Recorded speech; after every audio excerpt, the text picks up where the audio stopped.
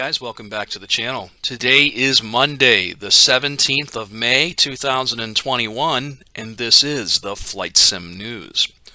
So, first up is the weekend news left on Friday by Eagle Dynamics there.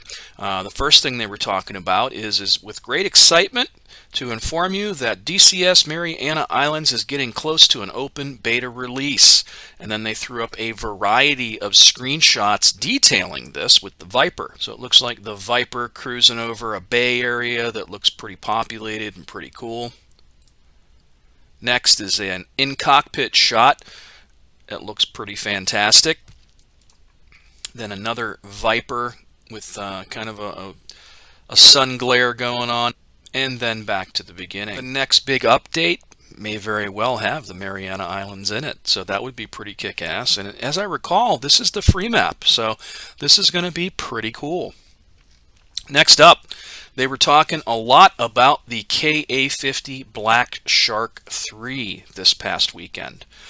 They go on to say, we would like to share our progress on the KA-50 Black Shark 3. As you can see, the 2A42 30mm cannon model is undergoing a substantial update, and when completed will boast a new algorithm, soundscape, and enhanced animations. We look forward to sharing more. And of course, you can click on the screenshots there to bring up a larger view of that. And then next, 2 new pylons for air-to-air missiles that have been added to the wingtips. This brings the total number of hard points to 6. So it's going to have a pretty cool new air-to-air capability. And then lastly, on the topic of the KA-53, the Abris. We are currently finalizing development of the Abris missile warning system, and as seen in the above image, in which 2 missiles are detected, the closer threat is considered the dangerous one, and it is marked with a flashing circle. And once again, you can click that screenshot and make it a little bit bigger. And then lastly, this is pretty good news for helicopter pilots in general for Sims. Virpil, which I'll also go over in a second, their official announcement, but Eagle Dynamics is working with them to create these, I guess. I didn't realize it was a collaboration, but they go on to say, we are thrilled to announce a new range of helicopter hardware from Virpil Controls. Check them out below as they prepare to release the long-awaited Collective Controllers lineup. With the Collective Chair Mount adapter, you can mount the VPC Rotor TCS bases to a range of standard office chair setups. Keep an eye on the Virpil Controls official channels for full details on release and pre-ordering information later this week. And then as we go to the Virpil page, the very same day, they go on to talk about is with great excitement we can announce the long-awaited pre-order opening for our upcoming Virpil Controls Collective Controller lineup. Try saying that a few times real fast.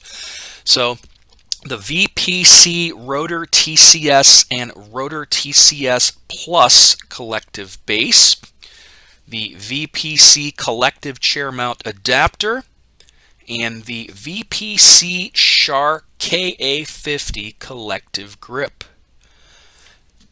And they started the pre-orders the other day. The pricing is in euros at the moment, but it also goes on to say there's something about a 10% discount if you bundle and get what is it, the base with the grip and the collective, etc., etc. Anyway, here's some images of these things in action, and it looks pretty cool. This could be interesting. I'm kind of so used to using a left-handed throttle at this point to be my collective. So I don't know. I don't know how much this would be completely useful to me. I think it would be cool to maybe get used to flying a helicopter the real way that they do it. I mean, when I was in that little Robinson, what is it, R40 or whatever, it had a real collective in it, and that was kind of cool. But it was a little bit weird to get used to after using a throttle for years because we never had this hardware. So it might take some getting used to, but definitely the coolness factor is off the charts with this stuff. And as you're looking at the images, they even allow you to, change the range of motion. So it looks like they have a limiter for small, medium, and large range of motion. And there is the device connected to a chair. There's the device again. A little bit more of a close-up on the twist action that they have going on there. close-up of the head of the device. And then there's the stick in the middle there. And it looks like they have some kind of button boxes coming out too.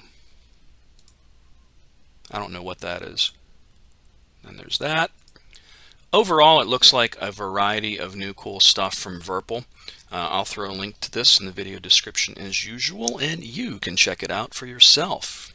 Next up, Greg over at Reflected Simulations is out there testing the waters. He says, any hello drivers out there, I've always been interested in Hueys in the Vietnam War and read countless personal memoirs written by slick dust-off and gunship pilots. Although we don't have a NAM map, the new Marianas will surely have lots of palm trees, and I can easily invent some sort of 60s conflict there.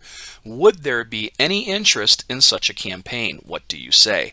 I say go for it, Greg. I think that would be freaking fantastic.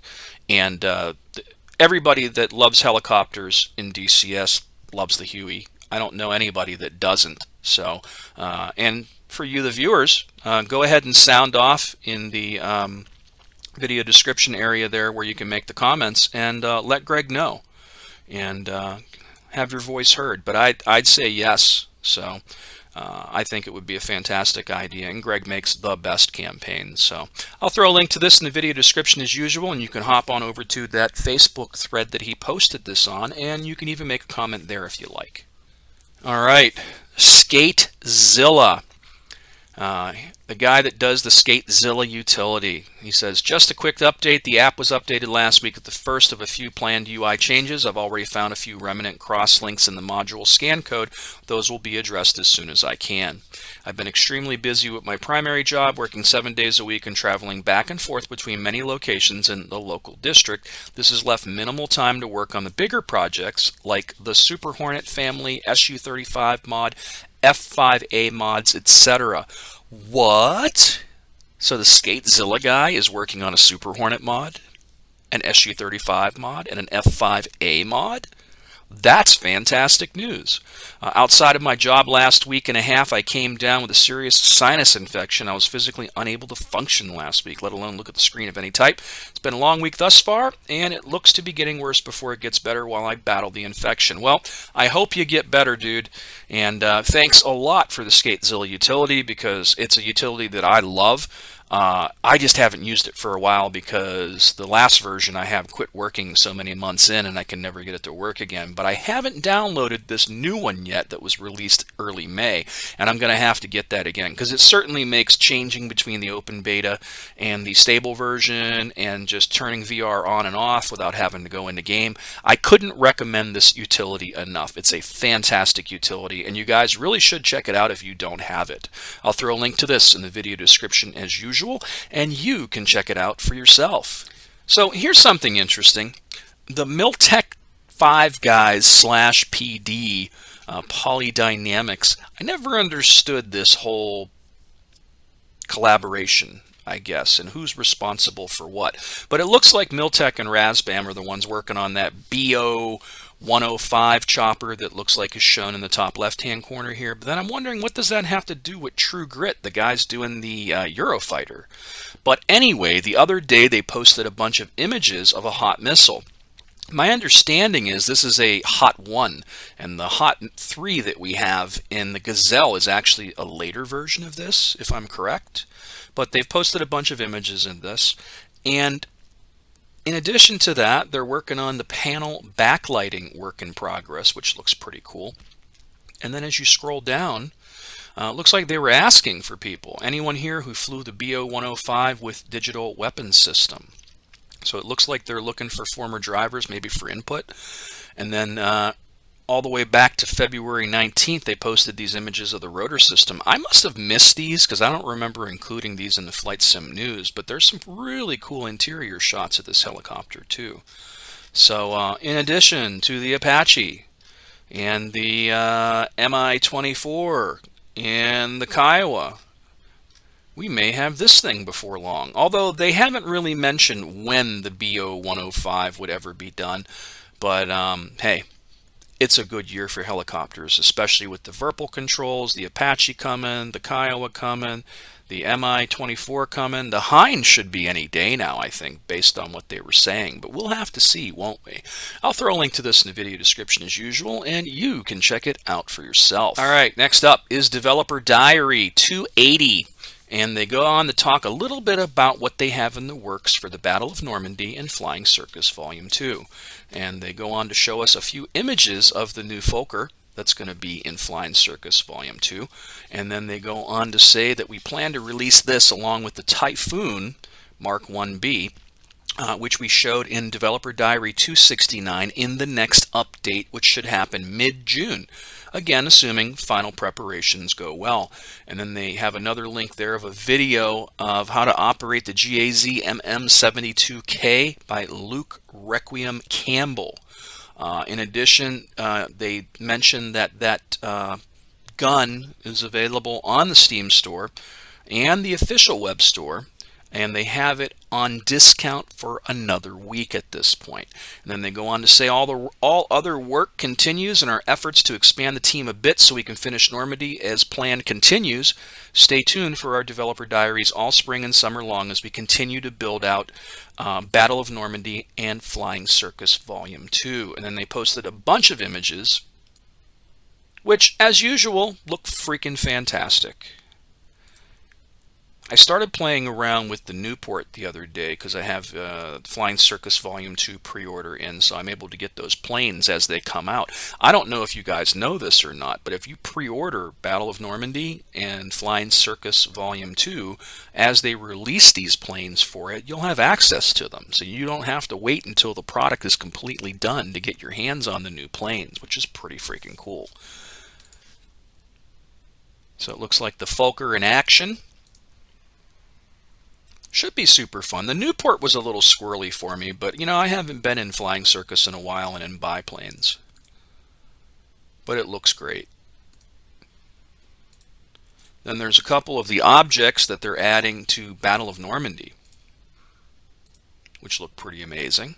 And lastly, in IL2 news, there's promo codes out there for 50% off. They go on to say summer's coming, and to entice you to stay indoors and play more Sturmovik, we've brought back the IL2 promo codes for a limited time. They're good only in the official IL2 web store. The codes are good to the 24th at 10 a.m. Pacific time.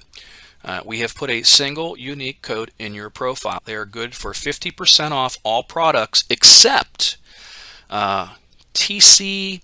Man, what is TC? Oh, the tank game, Battle of Normandy, Flying Circus 2, the AAA vehicles, and Dover Series products. So everything else can be picked up for 50% off. Not bad, not bad at all. I'll throw a link to this in the video description as usual, and you can check it out for yourself. And as always, thanks so much for watching. Please subscribe to the channel. Feel free to hit that like button.